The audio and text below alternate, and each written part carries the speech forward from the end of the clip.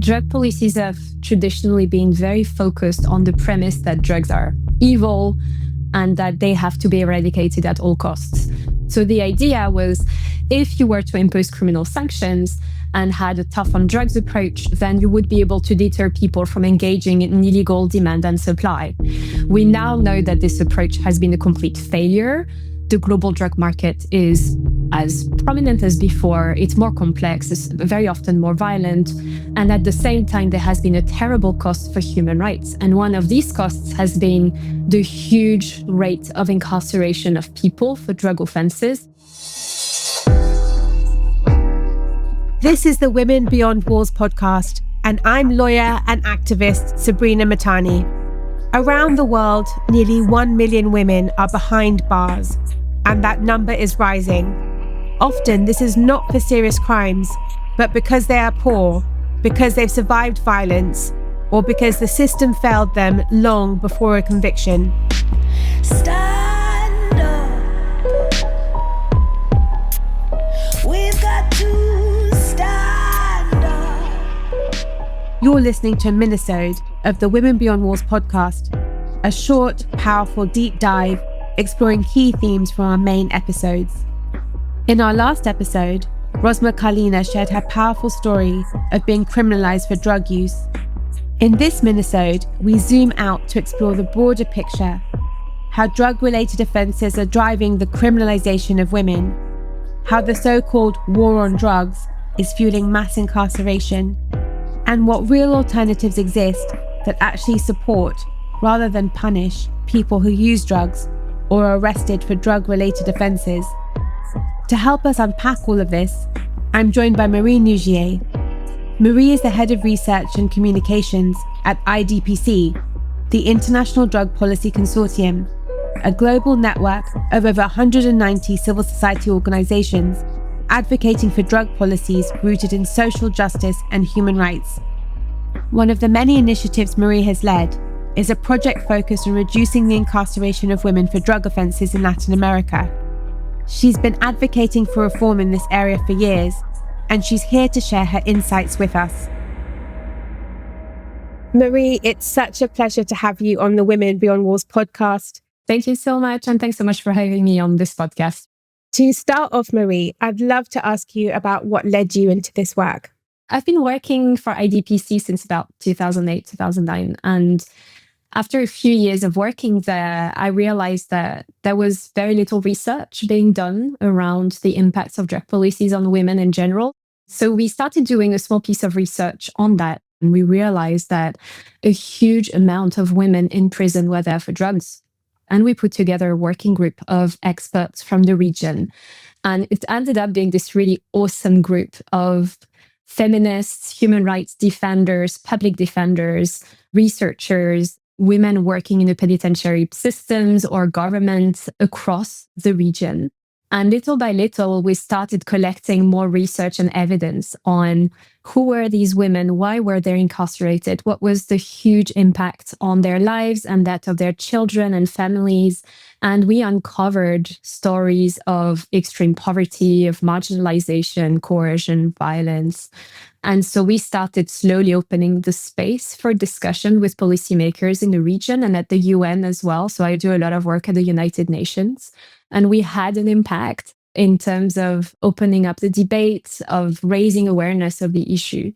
But things are slow. And unfortunately, we haven't seen a huge impact on the rates of incarceration of women. The prisons continue to be filled with women accused of drug offenses. So we continue the fight. We're working a lot with currently and formerly incarcerated women to try and bring their voices and incorporate them in all aspects of our work.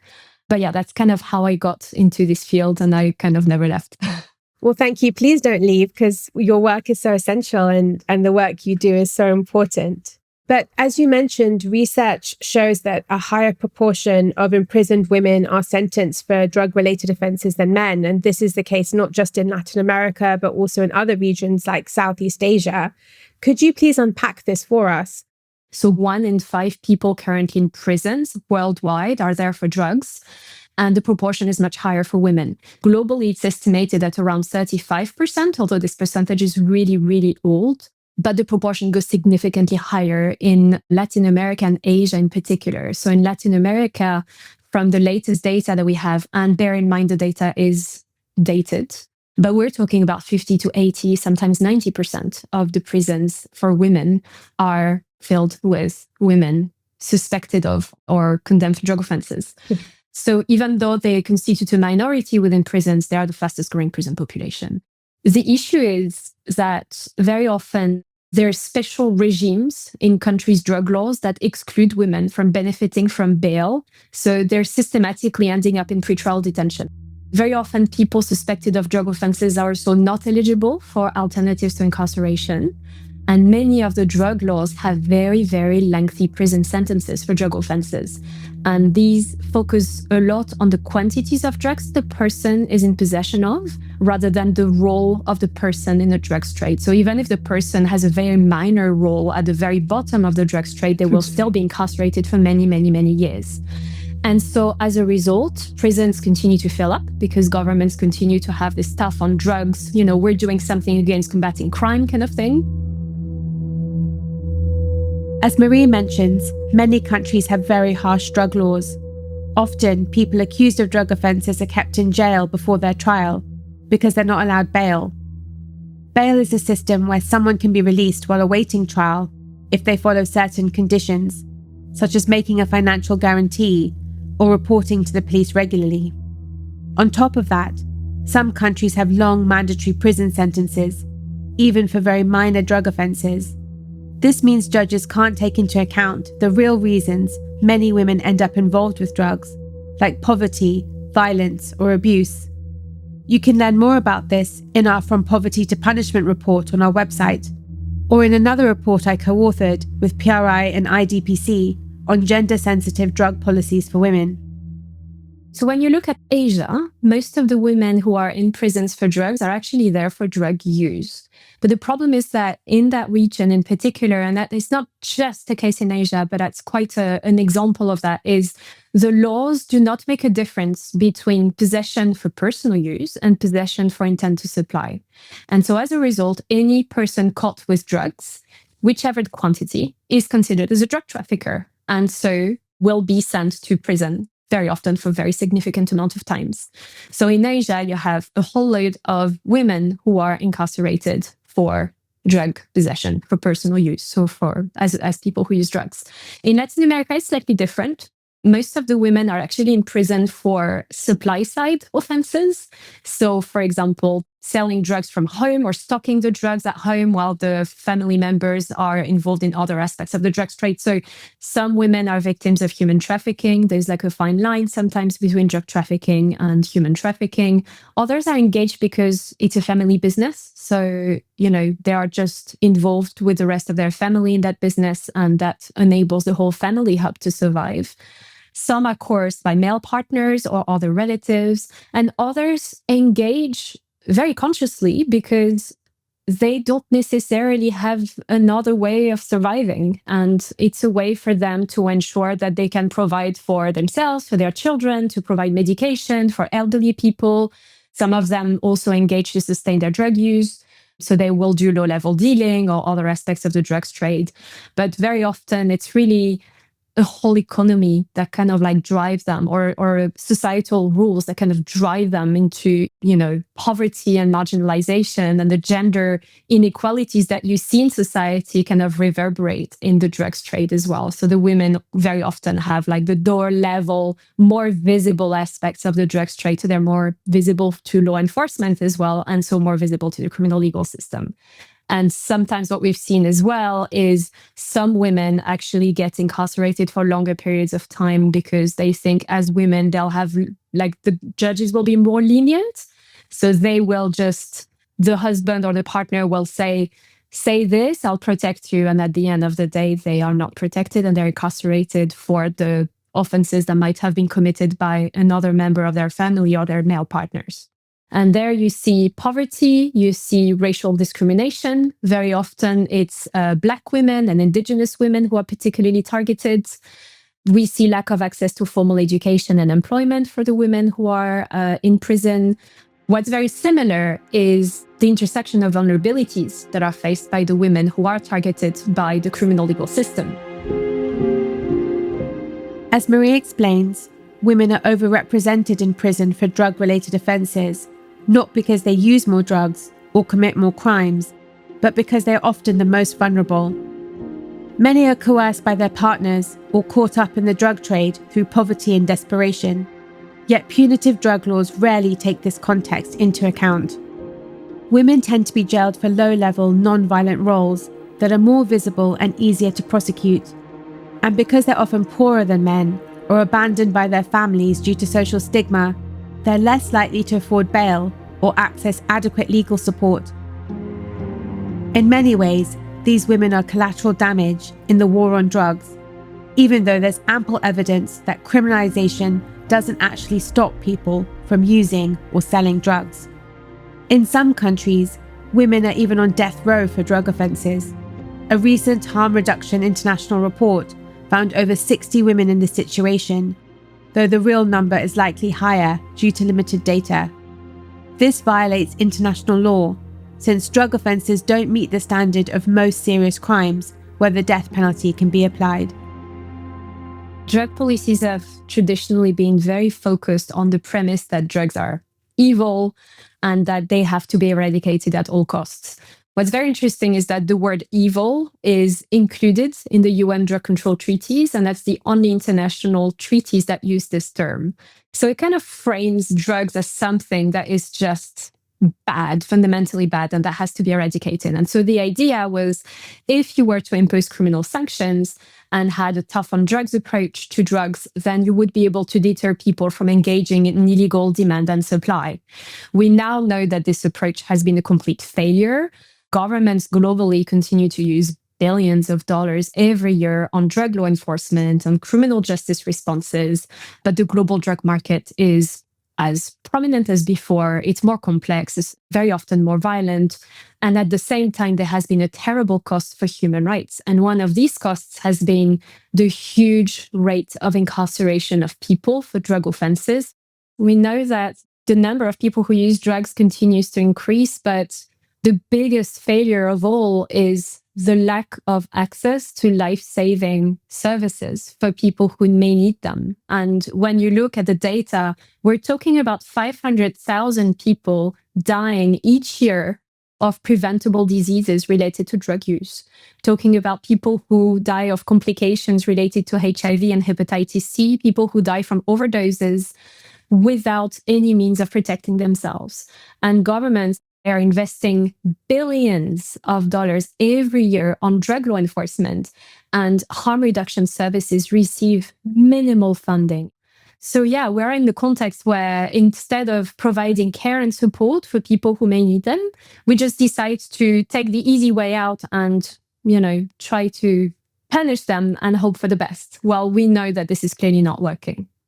We interviewed Rosma Carlina on an earlier podcast episode, and she spoke about how traumatic mandatory drug treatment was. UN experts have also called for mandatory drug treatment centres to be closed. Can you tell us more about this and why they still continue to operate? Yeah, sure. I mean, this is actually a topic that is very close to my heart because that's how I got into the field of drug policy. So working on compulsory drug treatment centers in Southeast Asia in particular. And as Rosma has probably said, these compulsory treatment centers are absolutely awful. There's no due process in entering these centers. There's no informed consent or voluntary aspect to it. Obviously, that should be the premise of any form of treatment. And when people are locked in, they're subject to really awful forms of torture, ill treatment, denial of healthcare. I mean, it's incredible. And when you look at the impact on health, it's actually awful, right? Because the levels of HIV go up, the levels of hepatitis C go up. And then I think there's a huge recidivism rate. Like people basically go back to using after this because this is not treatment, and the level of trauma that people have when they come out of these centers is exacerbated, right? So obviously, that they might just continue using even more drugs than before.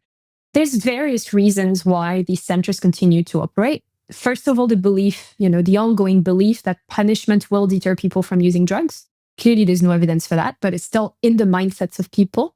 The lack of alternatives is also an issue. So in many regions of the world, harm reduction and treatment programs are inaccessible. They can be very expensive. They can be very long waiting lists, or they're just simply non-existent. There's just a huge dearth of access to evidence-based treatment.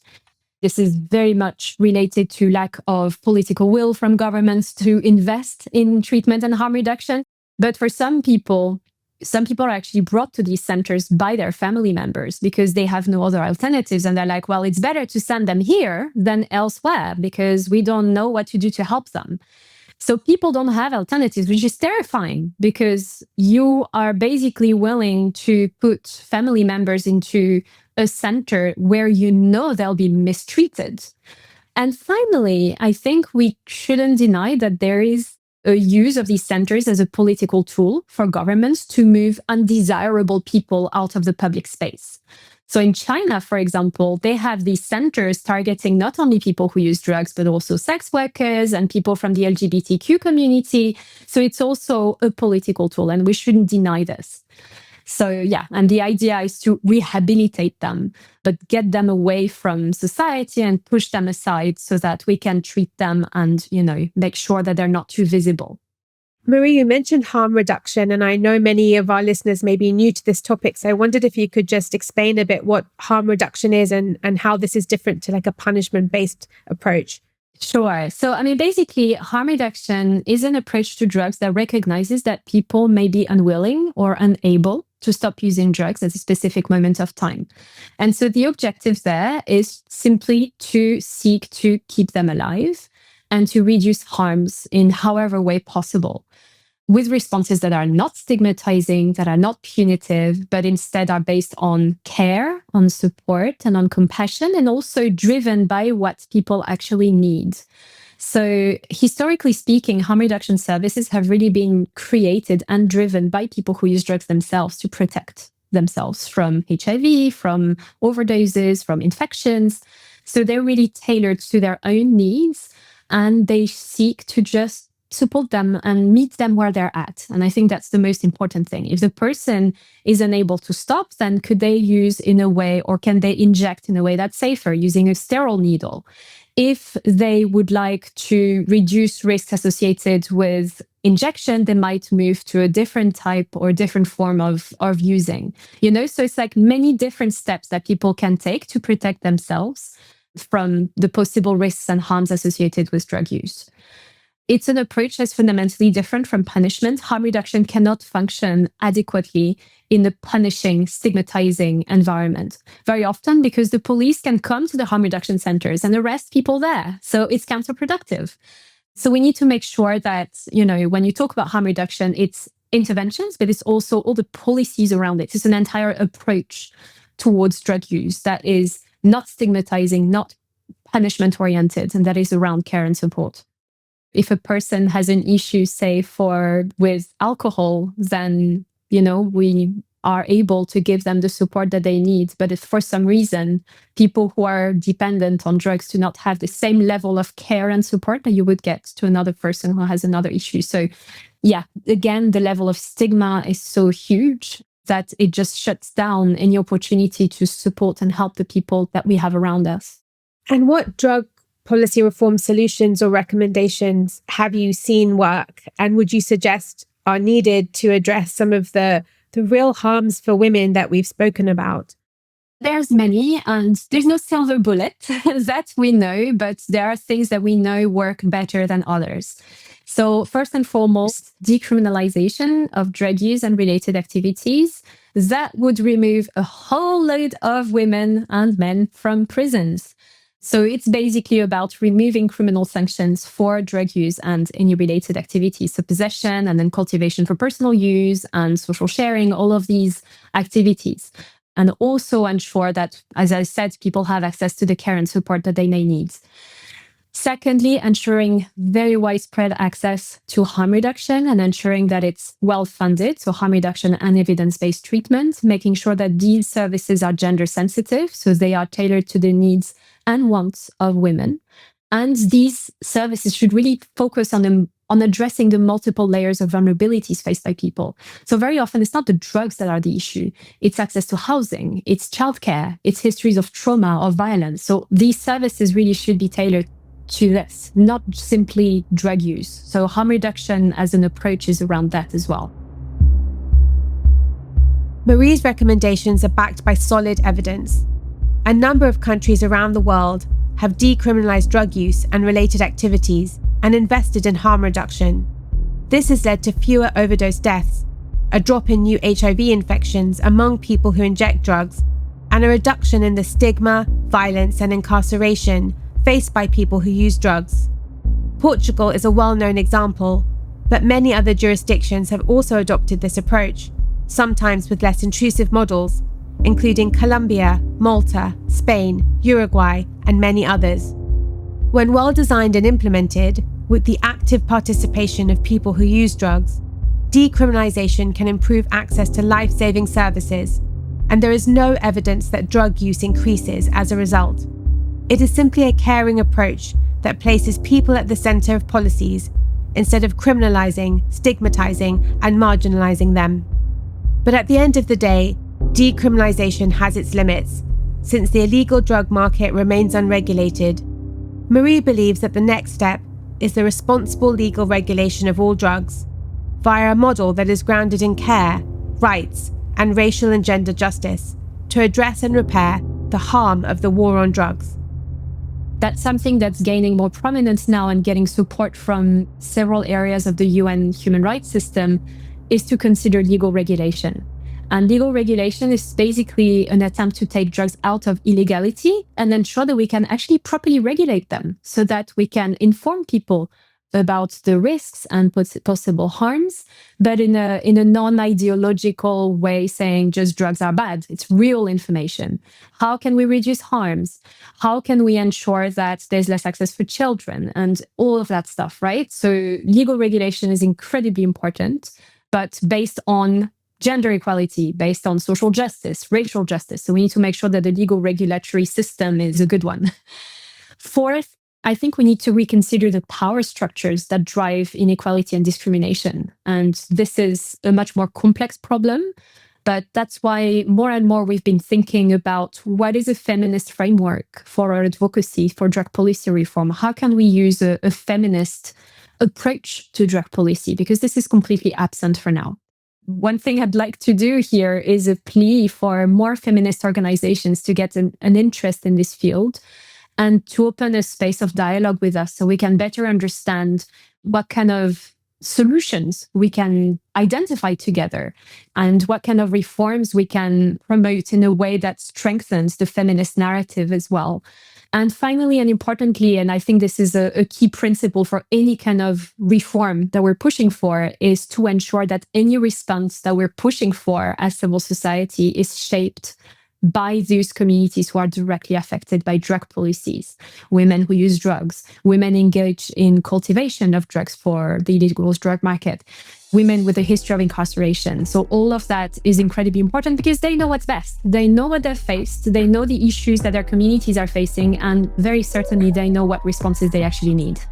Thank you so much, Marie. You are such an excellent resource for us. We will definitely share IDPC resources in case people want to find out more. Well, thanks to you and thanks to all the team. It was an absolute pleasure. Stand up. We've got to stand up. Thank you for listening to this episode of Women Beyond Walls. To find out more about Marie Nougier, the International Drug Policy Consortium, the research mentioned in this episode, or about drugs and criminalization, visit our website at womenbeyondwalls.org. This episode is edited by Hueman Group Media, a podcast company for social change and impact.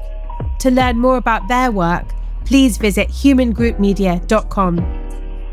On this episode, we are thankful for the assistance of Laura Cook as executive producer, and to Lady Unchained and MIRI for the use of their song, which accompanies all podcast episodes in the series. If you love the song as much as we do, visit unchained.org.uk. Unchained runs an artistic mentoring platform for people with lived experience of the criminal legal system. If you enjoyed this episode of Women Beyond Walls, we encourage you to pass it on and share with friends.